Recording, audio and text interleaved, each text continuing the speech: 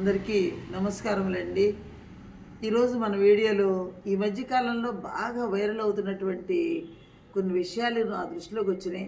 అవేమిటంటే పిల్లల్లో ఒక విధమైనటువంటి భ్రమలు, ఏదో నాకు దేవత నా మీద ఆవహించింది, అదేవిధంగా ఏదో పూనకం వచ్చేస్తూ ఉంది, అదేవిధంగా నేనేదో బాబాని అవుతాను, నేను చదువుకోలేను, అక్కడేదో నేను పూర్వజన్మలో నేను పాముని, అంతకుముందు జన్మలో ఇంకేదో అది, ఇలా ఇవన్నీ ఒక విధమైనటువంటి ఇవేంటండి మనకి హెలూజినేషన్స్, అదేవిధంగా డెల్యూజన్స్. వీటిని మనం అర్థం చేసుకోకుండా పిల్లలు ఏదో చెప్తున్నారు, నిజంగానే దేవుడు ఆవహించాడేమో, దేవత ఆవహించిందేమో, ఆ పిల్లలు ఏం చెప్తే చేద్దాము అని చెప్పేసి వాళ్ళని ఎంకరేజ్ చేస్తున్నటువంటి పరిస్థితులు ఈ మధ్యకాలంలో ఉన్నాయండి. చాలామంది, నేనైతే పేర్లు చెప్పను కానండి, చాలా చోట్ల జరుగుతున్నది ఇవే. దానికి తోడుగా ఏం జరుగుతుందంటే ఈ రకరకాలుగా ఇప్పుడు మనకి ఫోన్లు ఇవన్నీ మన మీడియా చేతిలో ఉంది కాబట్టి ఈ యూట్యూబ్ వాళ్ళు ఎన్ని రకాలుగా చేస్తున్నారు, దానికి చాలా విపరీతమైన పబ్లిసిటీ వస్తుంది. నేనెందుకు భయపడుతున్నానంటే పిల్లలు చూస్తూ ఉన్నప్పుడు ఇంత పబ్లిసిటీ వస్తుంది కదా, వీటికి మనం కూడా ఎందుకు ఈ చదువుకోవాలి, ఇవన్నీ ఎందుకు ఆలోచించుకోవాలి, మనం కూడా ఇలాగే ప్రవర్తిస్తే మనకు కూడా చాలా బోల్డ్ అంత పేరు వస్తుంది కదా అని చెప్పేసి ఎక్కడ పక్కదారి పడతారో అని చెప్పేసి నాకు నిజంగా కూడా ఒకసారి భయంగా కూడా అనిపిస్తూ ఉంటుంది. అంటే మీరు అనుకోవచ్చు, నేనేదో సనాతన ధర్మానికి లేకపోతే ఇంకేదో నమ్మకాలకి వాటికి వ్యతిరేకంగా నేను ఎప్పుడు ఉండనండి. ఎవరి నమ్మకాలు పరిరక్షించుకోవాల్సిన బాధ్యత వారిది. నేను ఎప్పుడు కూడా నాకు తెలియని విషయాల్లో కావచ్చు, నేను ఎప్పుడు కూడా వేలు పెట్టను. అదేవిధంగా ఇప్పుడు ఎవరో దేవతలు ఆవహిస్తారు ఇవన్నీ అనేది కూడా నాకు ఆ విషయాలు కూడా తెలియదు కాబట్టి వాటిని కూడా నేను ప్రశ్నించదలుచుకోలేదు. ఏవో ఎక్కడైనా వాస్తవాలు ఉన్నాయేమో నాకు తెలియదు.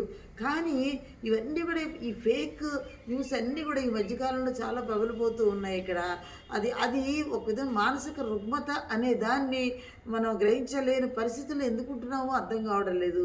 ఎందుకంటే శరీరానికి ఎక్కడైనా మనకి చాలా రకరకాలుగా సంవత్సరంలో చాలాసార్లు ఏదో విధంగా జ్వరం వస్తుంది, అదేవిధంగా మనకి అక్కడ నొప్పులు వస్తాయి, ఇక్కడ నొప్పులు వస్తాయి, ఇంకా కొంచెం ఒక్కోసారి చాలా సివియర్గా ఏమైనా జబ్బులు వస్తాయి. మనం ఇమీడియట్గా డాక్టర్ దగ్గరికి వెళ్తూ ఉంటాము. వాళ్ళ యొక్క అబ్జర్వేషన్లో మనం మందులు వాడుకుంటాం, శుభ్రంగా మనం చక్కగా పెట్టుకుంటూ ఉంటాం. కానీ ఇక్కడ ఈ మానసిక సమస్యలు వచ్చేటప్పటికల్లా ఎవ్వరు కూడా దాన్ని ఒప్పుకోవడానికి ఎట్టి పరిస్థితులు కూడా ఒప్పుకోరు. దాన్ని ఒప్పుకోవడానికి అసలు వీళ్ళ మనసు సంసిద్ధంగా ఉండదు. అదే నేను చెప్తున్నాను, ఎందుకు మనసుకు కూడా జబ్బులు ఉంటాయి కదండి, డిప్రెషన్స్ ఉన్నాయి, తర్వాత ఇంకా చాలా రకరకాల మానసిక వ్యాధులు ఉంటాయి. దాన్ని మనం పిల్లల్లో కావచ్చు, పెద్దవాళ్ళలో కావచ్చు, ఎవరిలైనా కావచ్చు, అవి వచ్చినప్పుడు ఇమీడియట్గా మానసిక వైద్య నిపుణుల దగ్గర మనం వెళ్ళవలసినటువంటి అవసరం ఉంది.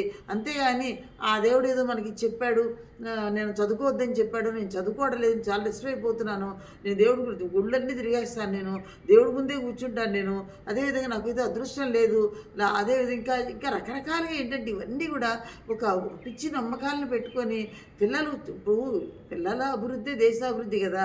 దేశం అభివృద్ధి చెందాలి అంటే పిల్లల యొక్క ఎదుగుదల మానసికంగా కావచ్చు, శారీరకంగా కావచ్చు, వీళ్ళు ఎదుగుదల బట్టి మనకి దేశం అనేది అభివృద్ధి చెందే విధంగా ఉంటుంది. వీళ్ళు ఈ విధంగా ఏంటంటే పలాయనవాదం అనే దాన్ని వీళ్ళు ఆ దారిలోకి వెళ్ళిపోతూ ఉంటే అసలు దేశాభివృద్ధి అనేది మనకి చాలా ప్రశ్నార్థకంగా మిగులుతుందని చెప్పడంలో ఎటువంటి సందేహం కూడా లేదు. ఇప్పుడు ఇంకోటి కూడా ఏంటంటే కొంతమంది పిల్లలు ఏం చేస్తుంటారంటే నాకు మనసు బాగోవటం లేదండి, నాకు దేవుడు అస్మానం, నాకు అవి ఇప్పుడు కొన్ని ఏవో చాలా చాలా జబ్బులతో ఏం జరుగుతుందంటే వాళ్ళకి ఆ డిప్రెషన్లో ఉన్నప్పుడు చదవాలనిపించదు. వీళ్ళు ఏమనుకుంటారంటే ఏదో దెయ్యం పట్టింది, అది పట్టింది, ఇది పట్టింది, దేవుడు పట్టాడు అని చెప్పేసి తీసుకెళ్ళిపోతూ ఉంటారు.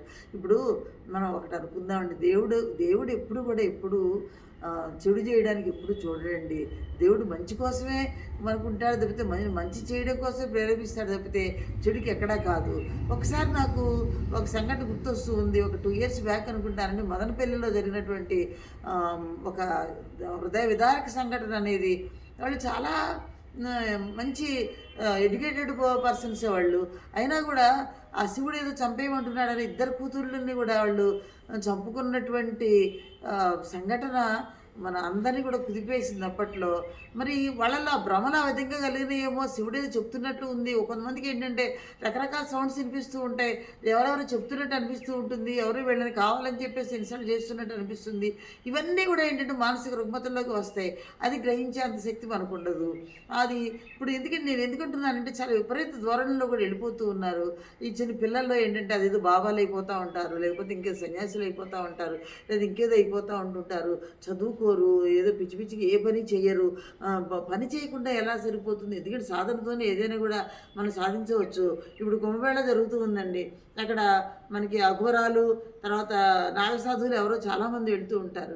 ఇప్పుడు వాళ్ళందరిలో కూడా అంటే నాకు తెలియని విషయాన్ని గురించి పెద్దగా నేను మాట్లాడను, కానీ వాళ్ళలో చాలా కఠోర సాధనతోనే వాళ్ళ బాడీ కావచ్చు, ఏదైనా కావచ్చు, చాలా స్ట్రాంగ్గా వాళ్ళు ఉంటారు.